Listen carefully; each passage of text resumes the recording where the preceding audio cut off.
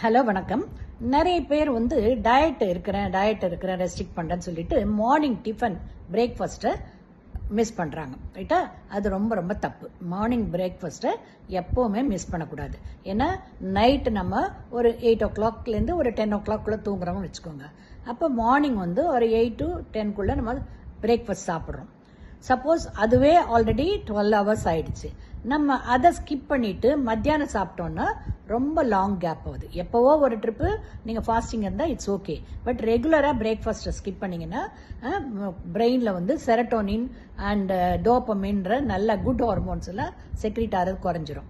So அவங்களுக்கு ஒரே படப்படப்பு வரும், இரிட்டபிள் ஆகிடுவாங்க, ஹெல்த் ரொம்ப அஃபெக்ட் ஆகும்.